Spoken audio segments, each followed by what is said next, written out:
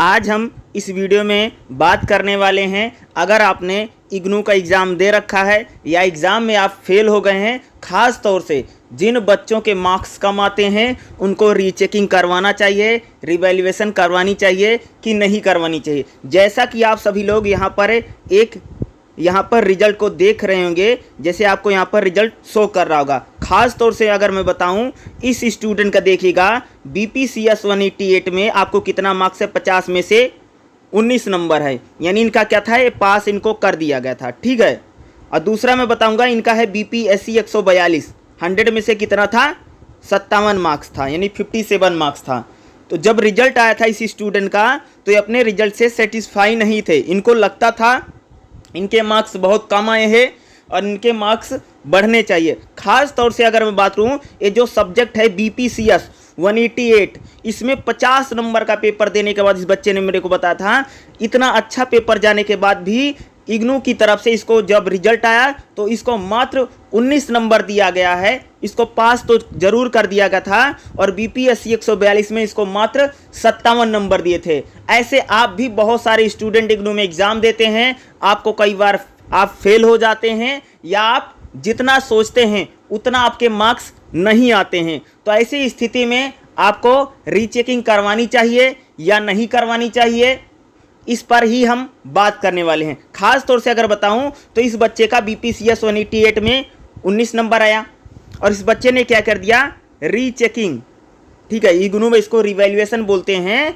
Revaluation यानी rechecking के लिए अप्लाई कर दिया, प्लस इसने फोटोकॉपी आंसर शीट के लिए अप्लाई कर दिया। जब इस बच्चे की फोटोकॉपी और आंसर शीट को भेजा गया तो किस प्रकार से फोटोकॉपी आंसर शीट भेजी गई वो मैं आपको दिखाने वाला हूं। उस टीचर ने किस प्रकार से इसको नंबर दिए, कॉपी को उसने बिल्कुल चेक नहीं किया था और किस प्रकार से उसने नंबर दे रखे हैं, मार्क्स दे रखे हैं, मैं आपको दिखाता हूं कि इग्नू में चेकिंग कैसे कम होती है। कई बार बिना कॉपी चेक किए भी नंबर आपको दिए जा सकते हैं। तो मैं आपको सबसे पहले आंसर शीट को दिखाता हूं कि मार्क्स कम आने पर जब रिवैल्यूएशन और रीचेकिंग के लिए अप्लाई किया गया, ईमेल पर जैसे आंसर शीट आई और आंसर शीट को कैसे भेजा गया था, 19 नंबर कैसे दिए गए थे, पहले आप सभी लोग इसको देखिए।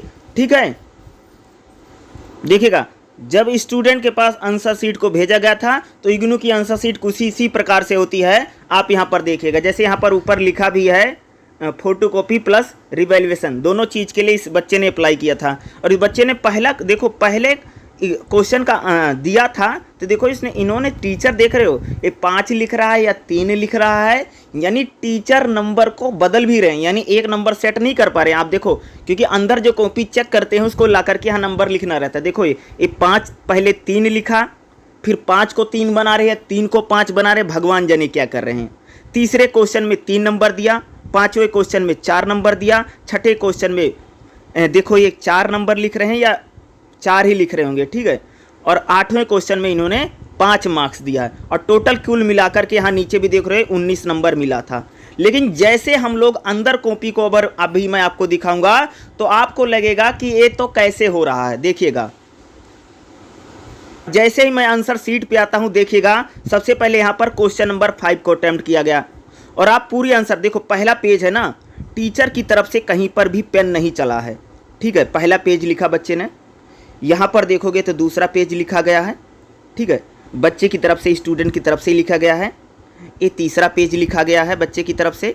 ठीक है, लेकिन यहाँ पर देखोगे, यहाँ पर आंसर ख़त्म हो गया है। ठीक है, लेकिन टीचर की तरफ से तो ना यहाँ पर सही काटा है भैया, ना तो गलत काटा है, ना तो कहीं पर नंबर दिया। तो आप खुद ही देख लीजिए, कहीं पर आपको नंबर दिख रहा है, कहीं पर उनका साइन दिख रहा, कहीं पर भी उन्होंने पेन का एक धब्बा तक नहीं चलाया था।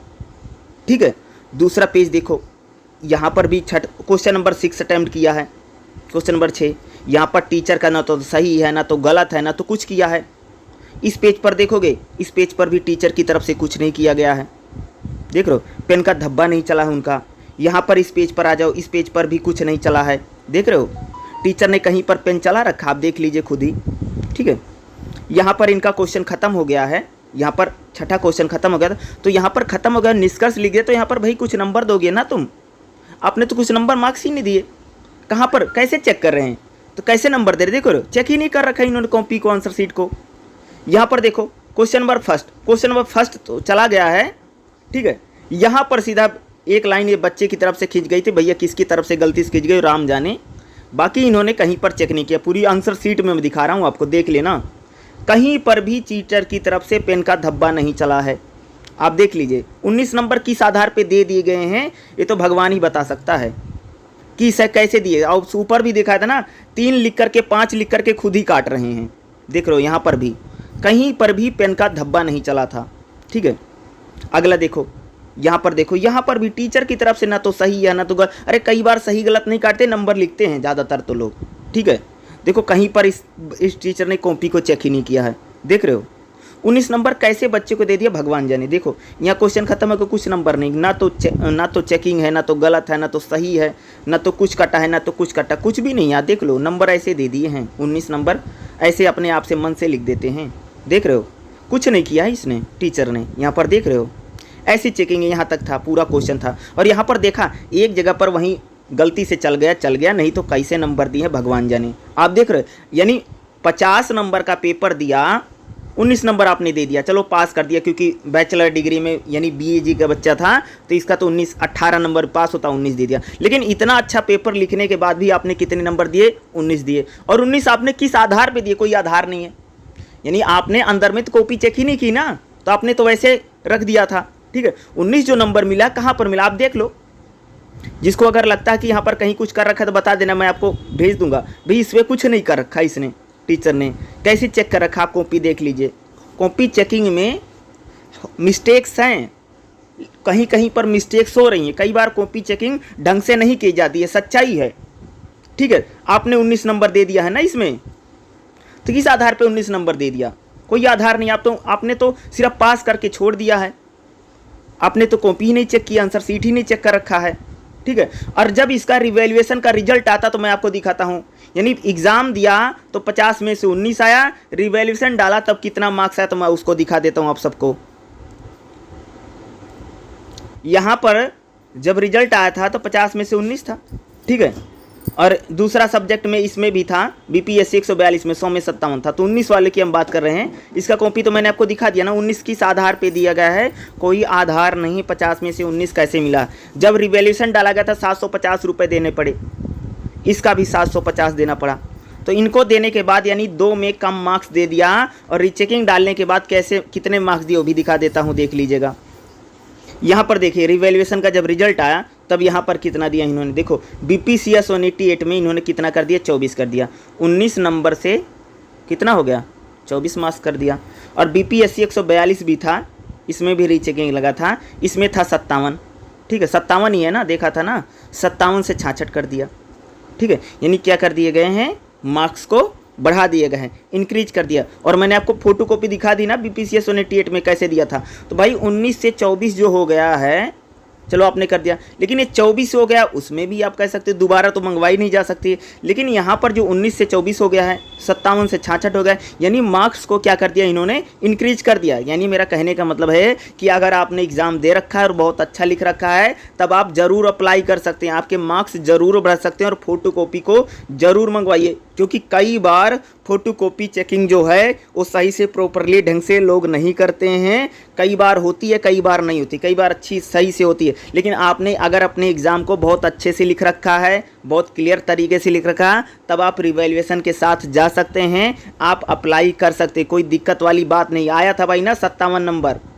इसमें दिया था ना, बीपीएससी 142 में 57 मार्क्स दे दिया था, लेकिन 57 से 66 हो गया, 9 मार्क्स इंक्रीज हो गए, ठीक है। तो मेरा कहने का मतलब है कि अगर आपको लगता है कि रीचेकिंग अप्लाई करने से अगर आपके मार्क्स बढ़ सकते हैं तो आप ज़रूर अप्लाई कर सकते हैं, ठीक है। रीचेकिंग के लिए 750 प्लस 100 रुपये यानी 850 रुपये लगेगा, एक सब्जेक्ट के लिए लगेगा। तो अगर आपके पास हैं तो आप ज़रूर अप्लाई कर सकते हैं। इसके आपके मार्क्स क्या हो सकते हैं, इंक्रीज हो सकता है और आपका मार्क्स बढ़ ज़रूर सकता है। तो ज़रूर अप्लाई कीजिए अगर आपको लगता है तो, ठीक है। अगर आपने पेपर अच्छा लिखा था, एग्ज़ाम अच्छा लिखा था, तो ज़रूर अप्लाई कर दीजिएगा। और फोटो कॉपी के लिए भी ज़रूर अप्लाई करना। जैसे यहाँ पर मैंने आपको फोटो कॉपी दिखाया, किस प्रकार से उन्होंने चेक कर रखा है, देख रहे हो।